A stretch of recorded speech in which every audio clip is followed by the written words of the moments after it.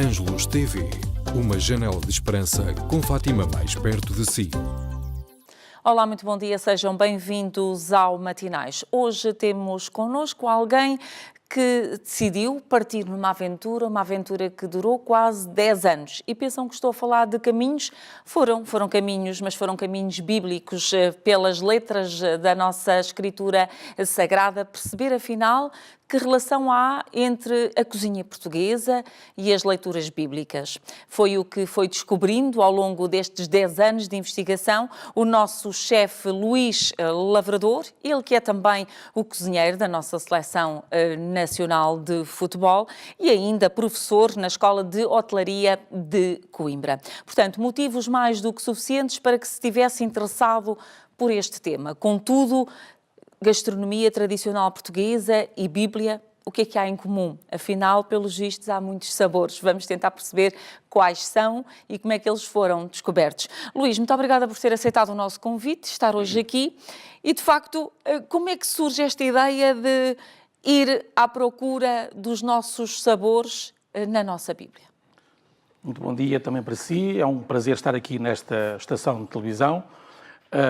E como disse, bom dia também para os telespectadores, naturalmente, e como disse, este é um trabalho que resulta de um percurso académico de 10 anos, que começou exatamente em 2008 e terminou exatamente este ano, com a defesa da minha tese de doutoramento, que versou exatamente sobre o tema dos sabores bíblicos como um produto turístico singular.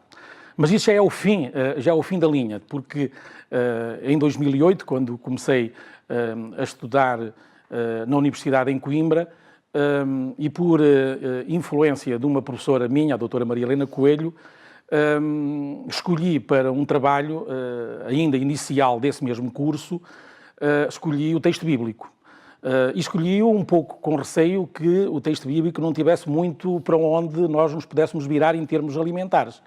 Contudo, essa professora disse-me, não, olha que a Bíblia está recheada de citações alimentares e mesmo de muita matéria que tem a ver com a comensalidade e será para nós realmente muito importante um aluno que ande a estudar na universidade possa fazer um trabalho sobre essa matéria, uma vez que esse trabalho ainda não está feito a nível académico. E eu, entre medos e entre entre avanços e recuos, como nestas coisas costuma acontecer, eu, nesse mesmo dia em que a professora me sugeriu esse trabalho, eu fui para casa e abri a Bíblia numa página muito interessante, porque ela retrata logo ali uma série de códigos e de regras alimentares muito interessantes, que é abrir o livro, porque não conhecia o livro e abriu sem saber muito bem o que livro se tratava. Apesar de ser católico e apostólico romano, nós não temos muito hábito de ler a Bíblia em casa, como todos nós sabemos. E então abri a Bíblia, assim, e qual foi o livro que ficou à minha disposição? O livro do Levítico. Ora, o livro do Levítico é realmente o capítulo 11 do livro do Levítico, mais propriamente, é um livro em que define todas as regras judaicas da alimentação, o que se pode comer, o que não se pode comer, isto no tempo do judaísmo, naturalmente.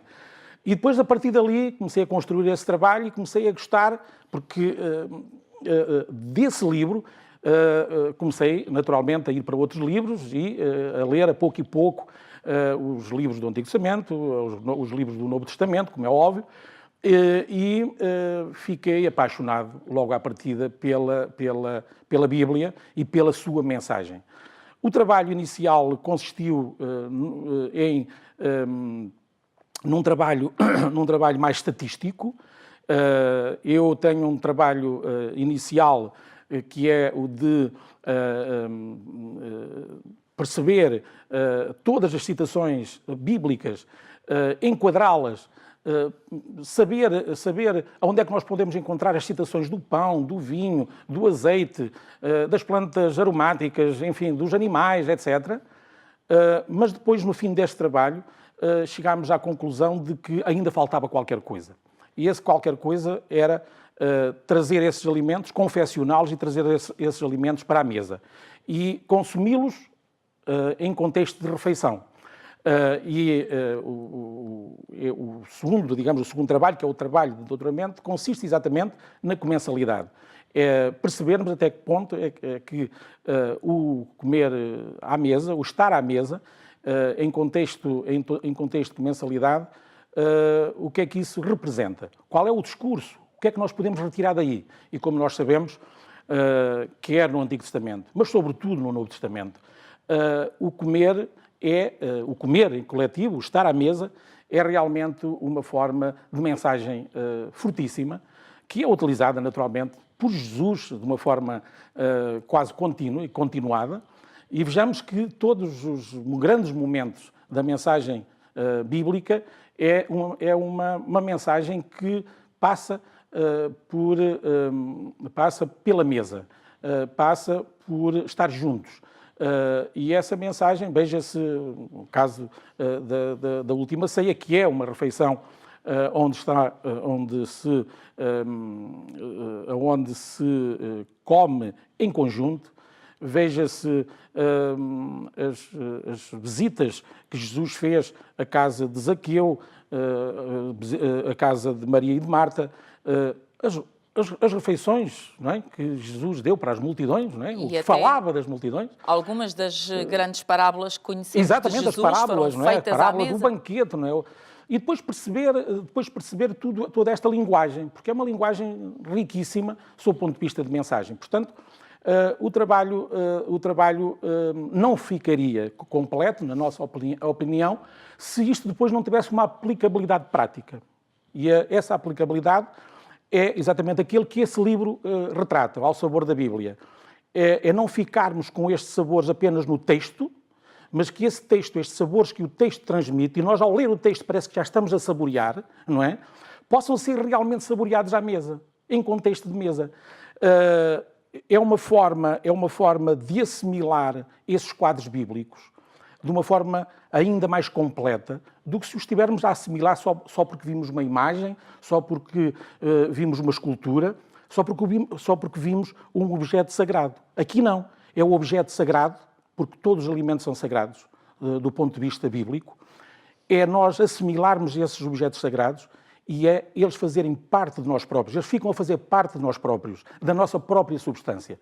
Enquanto que nós, ao admirarmos um quadro, ao admirarmos uma escultura, nós só a admiramos com os olhos, eventualmente com as mãos, porque tocamos, mas não os assimilamos de outra forma. Portanto, estes quadros alimentares têm essa dimensão, que é o de nos satisfazer, na nossa totalidade sensorial. Portanto, é esta beleza que eu acho que este livro também nos proporciona. Este livro que está aqui exatamente connosco, que é Ao Sabor da Bíblia e, portanto, que nos vai retratando, no fundo, toda esta pesquisa que o chefe Luís foi fazendo. E nesta aventura, quais foram as maiores dificuldades? Porque há pouco disse, cheguei a casa, agarrei na Bíblia e comecei a ler e apaixonei-me por aquela mensagem. Quais foram as maiores dificuldades que foi sentindo, porque conseguir perceber tudo isto, não é? E ver onde é que estava, de facto, esta mensagem, como é que foi? O livro da Bíblia é um livro muito complexo. É um livro muito complexo porque é muito polissémico. Uma palavra pode querer dizer muitas coisas. E é um risco quem toma uma palavra bíblica e a quer apenas ligar a uma linha de interpretação. E essa foi, de facto, a maior dificuldade.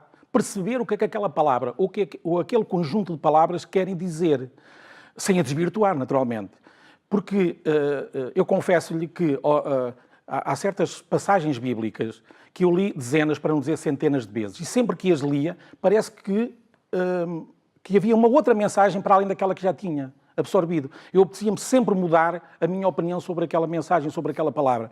Porque parece que sempre que lemos a palavra bíblica, ela nos quer transmitir algo de novo. Outra coisa qualquer que nós já nem sabemos muito bem o que é, e esta é realmente a grande dificuldade. e depois relacionar essas mesmas palavras que nos querem dizer muitas vezes coisas lindíssimas a partir do antagonismo das próprias palavras. O vinho tem, o vinho tem essa característica de ser o vinho que inebria, que dá alegria, mas também é o vinho que dá a morte. A água é a mesma coisa. A água tem o significado do elemento que salva, mas é também aquele que mata. O pão, enfim, todos os alimentos, as próprias refeições, consumidas em contexto de banquete, têm, não são só refeições que nós podemos analisar sob o ponto de vista da cordialidade, da convivialidade sã, do amor, da fraternidade. Não, há refeições que nos conduzem para o conflito. Há refeições que, inclusivamente, no meio delas se dá o conflito, à ordem que se dá a morte. Portanto, e nós percebermos tudo isto é muito complicado, porque nós habituámos-nos a ler a Bíblia e depois temos que a saber ler para sabermos e para percebermos de que no momento em que estamos a tomar uma refeição, estamos a ler o contexto de uma refeição e ali está a desenhar-se um contexto de conflito, o que é que aquele conflito nos quer dizer? Deus mandou o conflito? Não. Como é óbvio, não é? Nós temos que entender que aquilo, e temos que entender aquilo em contexto do próprio livro, não é? E da mensagem em que ela é escrita, não é? Portanto, e olhando para ele, para o interior, que sabores é que vamos aqui encontrar que foram precisamente extraídos dessa interpretação? O mais extraordinário que a Bíblia tem, na minha opinião, é a simplicidade da linguagem. No meio de tudo isto, é a linguagem simples. E é tão simples que os autores sagrados utilizam os referentes mais comuns, que é o da alimentação. De um livro que tem tanta filosofia por trás, tanta teologia, tem tanta riqueza, utiliza dos referentes mais simples, que é o pão, o vinho, não é? A maçã, as coisas que nós todos os dias consumimos para tornar ou para revelar aquilo que é o mais sublime. Não há dúvida, e eu digo-lhe um caso que eu acho, há vários casos, mas estou-me aqui a recordar, um caso do Antigo Testamento e um outro do Novo Testamento. E, no livro de Isaías, a dado momento, penso que no capítulo 25, descreve-nos de uma forma extraordinária, mas utilizando a linguagem gastronómica, como é que é estar face a face com Deus. Não é? Os autores, com certeza, que podiam ter utilizado outro tipo de linguagem, mais erudita, não é? Uma linguagem mais rebuscada, mas não. Eles utilizam a linguagem do banquete. Quando estiveres face a face com Deus, o que te espera é um banquete de carnes gordas acompanhadas com vinhos velhos perfumados. E isto diz tudo. Portanto, o banquete escatológico, não é preciso mais palavras para dizer o que é. Nós, um dia, todo homem, não é? Porque a mensagem bíblica é dirigida a todas as pessoas, independentemente se são de uma condição religiosa ou de outra, porque tudo é dito abarcando, ou tentando abarcar o ser humano na totalidade. Ele diz isto, portanto, é um banquete, é um festim. Portanto, é utilizar essa maravilha de um banquete, da alegria, da abundância, do bom, não é? Do maravilhoso, exatamente, para dizer o que é estar doravante, num dia, quando nós deixarmos de estar na Terra e estivermos face a face com Deus. Portanto, uma linguagem muito simples.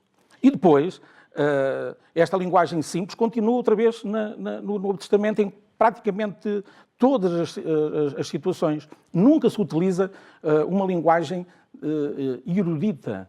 É sempre uma linguagem... E Jesus faz exatamente isso.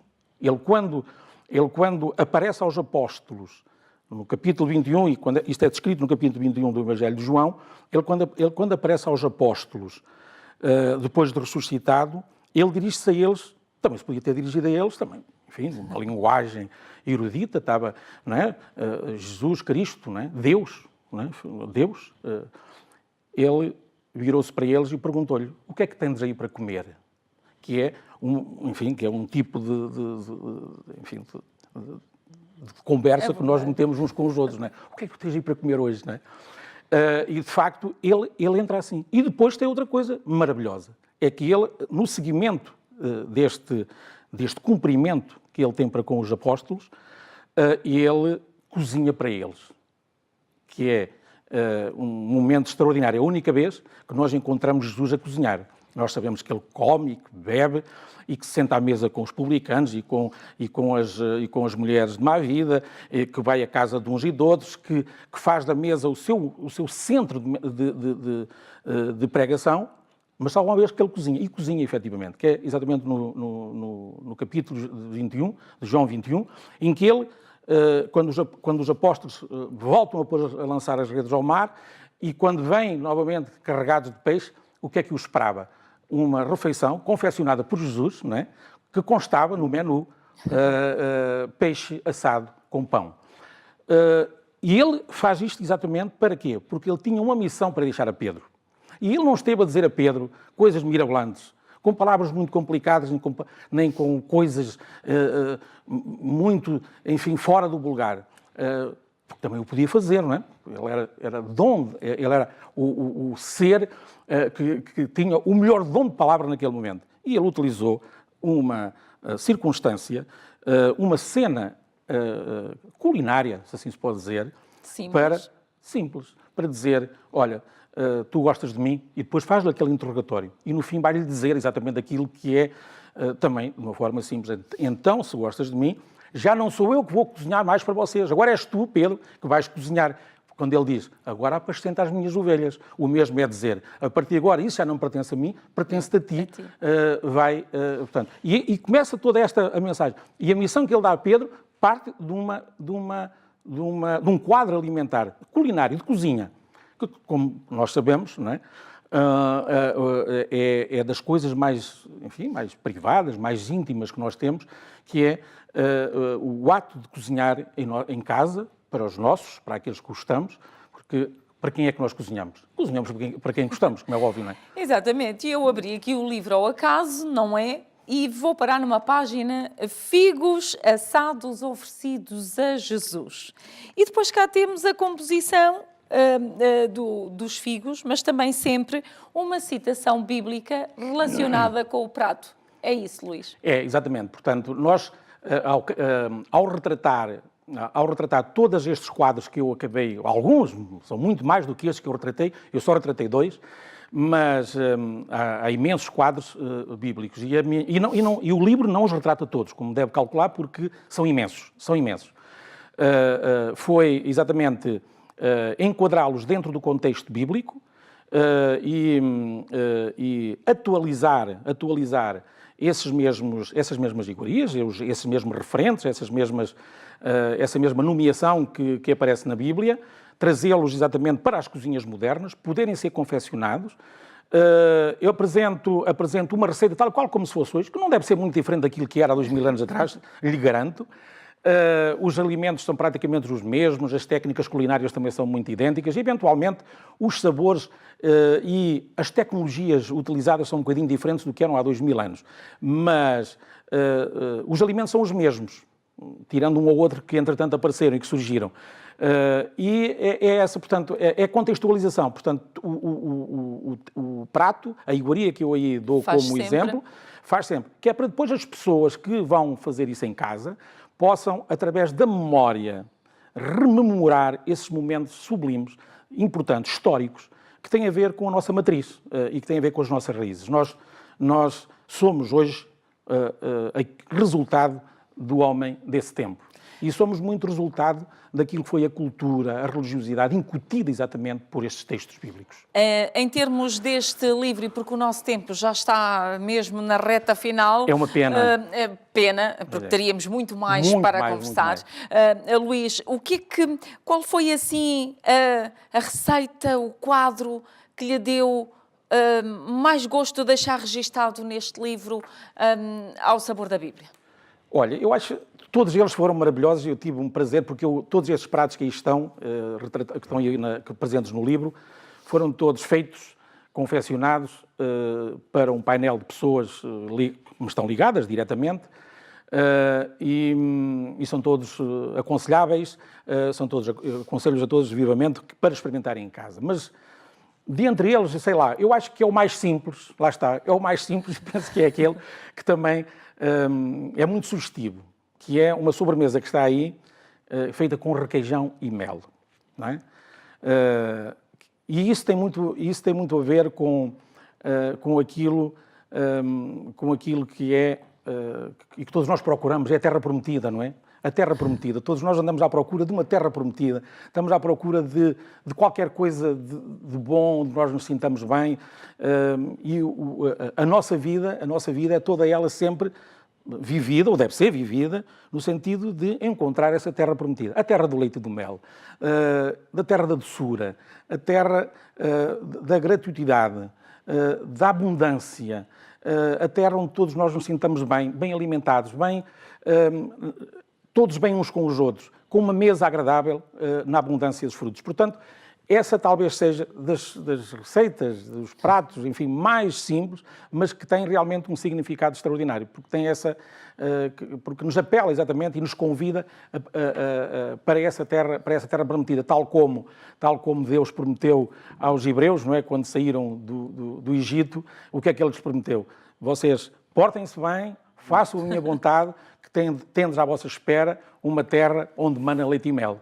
Portanto, nós vamos fazer, isto é um apelo, vamos tentar portar-nos todos muito bem, fazer um pouco aquilo que Deus nos pede, que é para depois termos direito a essa beleza que é uma refeição de leite e mel. E já agora também, como eu disse há pouco, não é? Também se tivermos umas carnes assadas, uma vianda boa e acompanhadas com um bom vinho velho, também não é de deitar fora, também fica bem. Portanto, aí está, olha, um menu muito, muito bom. Eu acho que isto foram realmente digamos que, a conjugação mais, que a mim me deu mais prazer, digamos assim. Não é que as outras não tenham dado, mas esta que tem esse clique, porque já nos projeta.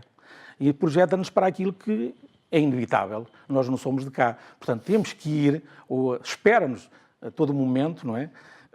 Podermos saborear esse momento onde nos espera exatamente esse banquete, que é leite e mel, carnes gordas e vinho perfumado. Muito bem, vamos ficar com essa sugestão, muito mais há para conhecer neste Ao Sabor da Bíblia, mas não estamos aqui para lhe desvendar todo o livro, claro está. Apenas dizer-lhe que esta receita que o chefe acaba de referenciar está na página 114. E depois, assim mais à frente, até pode perceber também um bocadinho a história do pão ázimo. E o pão ázimo é tão importante na história de Cristo e na nossa história como cristãos. Mas mais do que isto, também não vamos dizer, há que ter o livro na mão, Ao Sabor da Bíblia, de Luís Lavrador, para conhecer todos os sabores que estão, então, na nossa Bíblia. E esta foi a Bíblia que Luís Lavrador utilizou durante 10 anos para fazer esta pesquisa. E por isso é que ela está assim. Nem vou segurar porque está um bocadinho já fragilizada de tanto ter sido estudada, porque houve passagens que foram lidas mais de 100 vezes para ficar tudo muito bem percebido. Portanto, uma tarefa árdua com toda a certeza. Ficamos por aqui nesta conversa de matinais. Tenha a continuação de um bom dia.